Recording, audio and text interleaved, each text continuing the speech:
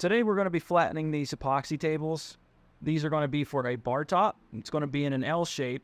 So we do need to keep them the same thickness.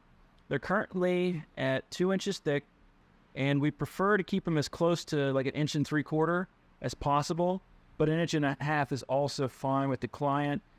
So what we're going to do is work on getting these shimmed, locked down, and then we'll take our initial passes. And then once both of these sides are flat, we'll flip it and then finish off and keep them at the same thickness. Feeling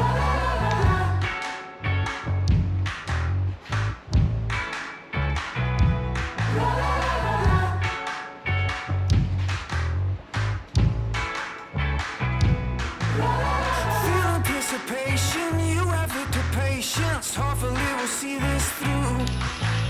Sparks at night, thunder, rolling out a number. The guys are looking out for you.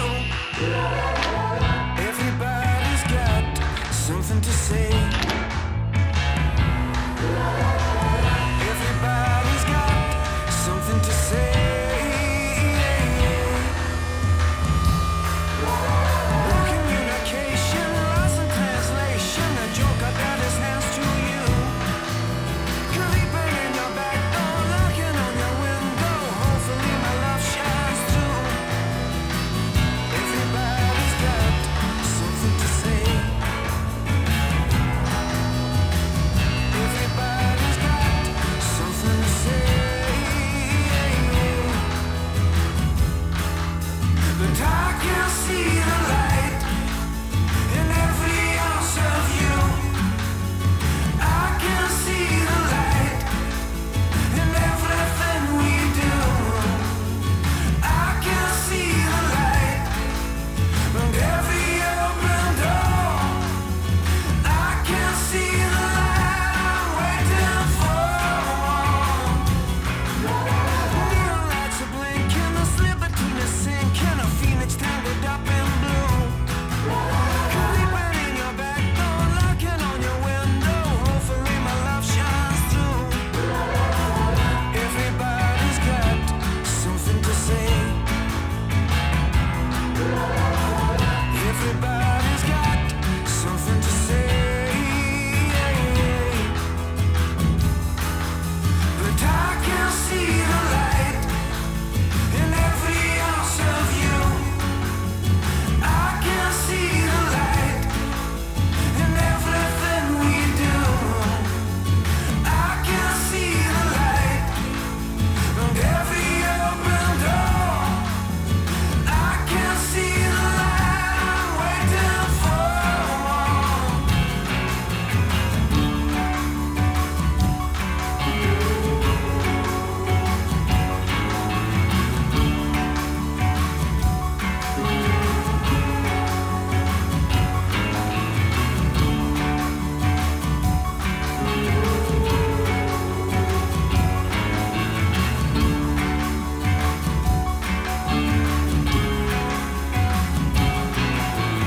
I can see the light in every ounce of you.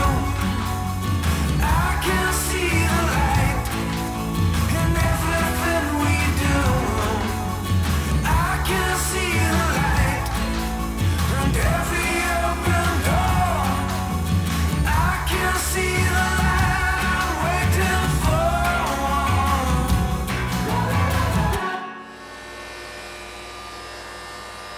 All right, we got the first side pretty much done. We took it to about 98%. You can see that we do have a few spots that are just a little lower, but the problem is that we're at a point now after we flip it, it's probably going to be about 1.5 inches thick, which is our threshold for a final dimension. So what we can do is, these are pretty shallow, but there's not a whole lot more material here to take off.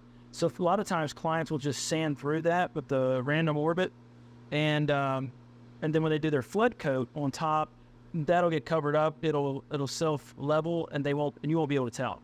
So to save thickness, that's what a lot of people will do. They'll opt not to continue taking material. Now right here's a little bit of a different story. It's probably a 16th, maybe an 1/8 of the spot right here. It just depends on how far in he's going to cut and keep his straight edge. So I have to reach out to our client, find out if he's good with where we're at. If he is, we'll flip it, or we'll take another pass. So we'll wait to hear from him, and we're going to go grab something to eat real quick.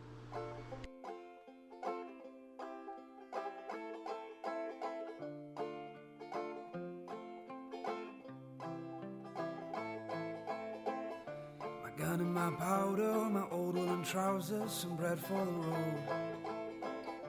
The call of the bugle, another refusal to wait for the snow. She knows that I'll grow slowly as a raindrop down a window pane. She knows that I'll hold a locket on a chain to keep the evil things away.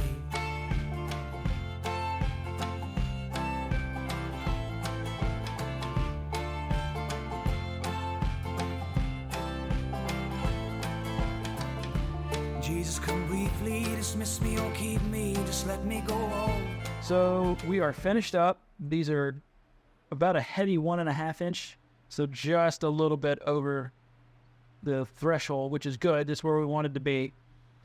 You've seen down here, there was just a corner. It was a little bit lower. Now this is going to be cut off and then like straight edge rip, so we're not worried about this corner. Same thing on the far side. There's one like that. It's, again, that's going to be clipped off. This is what can happen whatever you do epoxy pours, right? So you get these voids that just either air bubbles are in here, or most likely it was an air bubble, and you just prevented the epoxy from getting up, like penetrating all the way down. It happens. It's one of those things that if you're new to epoxy, just to be aware of, and then you have all these voids to come back and fill if you're so inclined to do so. Now again, this is going to be the bottom of the table, so I don't know how much this will get reworked. He just needs a flat base, so sand it and whatnot. So the other side will have a little bit more work to do, but these are going to be awesome, and I can't wait. I'll share out the finished pictures on our Instagram and Facebook, so if you're not following us there, definitely look us up. Links in the description below. And next, we're going to chat with Christian a little bit about his project. All right, guys, we are here with Christian Wrabley. He is the guy that put this table together, did the epoxy pour on this thing, and so wanted to ask him just some couple questions about it. So you said this is for a friend, right? You're doing this, right? A good friend of mine. He lives in the city. He has a nice bar in his basement, and I was over his house one night, and he had seen my work, and I just said, "What do you think about us doing you a bar top?" Because he had some makeshift bar top on it, and he said, "Yeah, sure." So we got to talking. I said, well, "Let me send you some samples of wood," and he just gave me like blank slate in terms of creativity. He said, "Pick the wood. Here's the color we want." We went back and forth on the color.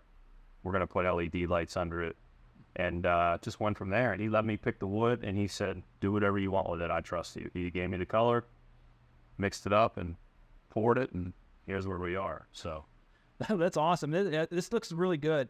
I'll throw a picture up here to remind you guys what it looked like before we started flattening it. So this is the bottom of it, and so this is going to be an L shape. Is that right? Well, it's going to be an L shape, but I'm back and forth on whether I'm going to just butt them up next to each other or do a 45-degree miter on the corner.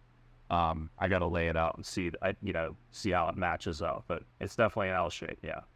Very cool. Yep.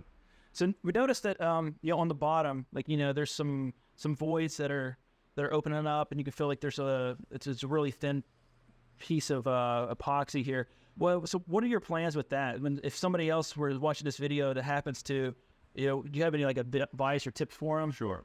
So there's a couple ways to handle that. I mean, you never really know if that's going to happen or when it's going to happen when you do these. So a couple schools of thought on this. On the bottom side, sometimes before you put it in your form and pour it, you can start to do those fills initially. Let it harden, sand it down, and then get all the bottom taken care of, and then put it in the form. I think that's a lot more work. I just throw these in the form, and I kind of the epoxy is going to get underneath the table no matter what you do.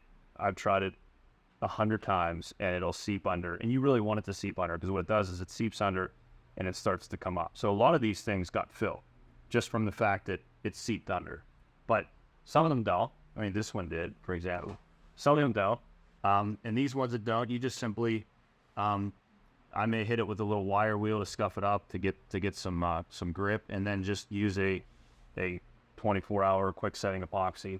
On this one, I'll probably, if it's thin enough, I might even use a razor knife to cut that out of there.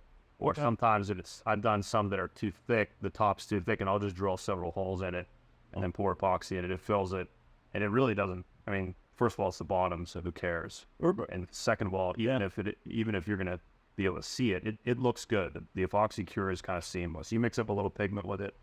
Some people use clear just because they don't feel like using pigment. I'll use the same pigment, and once you sand it down and finish it, you can't even tell. So it's awesome. What epoxy did you use for this? I use Super Clear liquid glass. Okay. It's their deep pour. I've kind of tried a couple different ones, but I've used that primarily for the last couple of months. Yeah, it seemed to do really well in the machine. Yeah. We've had some come through that just, you could just tell it either didn't like set. It was still real sticky to the feel, right, to touch. And then, but yeah, this one seemed to do really well. Well, there's definitely a learning curve to epoxy. I mean, I've tried about four types. The first time I did it, I didn't mix it enough. I mean, you literally have to follow the mixing instructions to a T. You have to scrape the size of the bucket and the whole deal, mix it. So this one calls for, I think, mix it for 5 minutes, let it set. Technically, they want you to transfer it to another bucket. I never do that. And then mix it for another 5. So you're mixing this stuff for 10 minutes, and you absolutely need to, because if you don't mix it enough, it'll affect the cure time. It'll affect the hardness of it. My first table, I didn't mix it enough. And it was always, if I would put my nail in it, even a year later, it would make a little dent. Oh, no, It never hardened up entirely. I mean, I learned the hard way on that. So now, like, I'll spend an hour and a half. Like, I think I did, this was like 13 or 14 gallons of epoxy. Wow. Yeah. Yeah, that's what I think I spent an hour and a half doing the mixing. I mean, it's not fun, but it's something you have to really pay attention to. But that's good stuff. I mean, that's the best, and it's actually pretty. They always have sales. It's pretty reasonable price too. So very cool. Yeah. So thanks for hanging out and giving us some insight about building the tables. I know the people that are watching this are going to want to watch the follow up and kind of the process of how you go about finishing. Because I know you post a lot of the process steps. How can they go about finding you on Instagram or? So I'll post this on Instagram, Facebook, and TikTok. Actually, Instagram is Wrabley, Cwrabley. Facebook is my full name, Christian Wrabley, and then TikTok is Christian Wrabley as well. There's no space between my first and last name, so keep an eye out for that. I'll post videos and stories of the process, my sanding progression. I like to do that. When I route the edges, when I cut it to size, when I'm mitering it, and then when I spray it. And I'll spray it with I use a Total Boat acrylic. It's a water-based acrylic polyurethane. Really nice satin finish. I could spray it out of a gun. It's the best I've found. Some people like to put oil on it. I don't.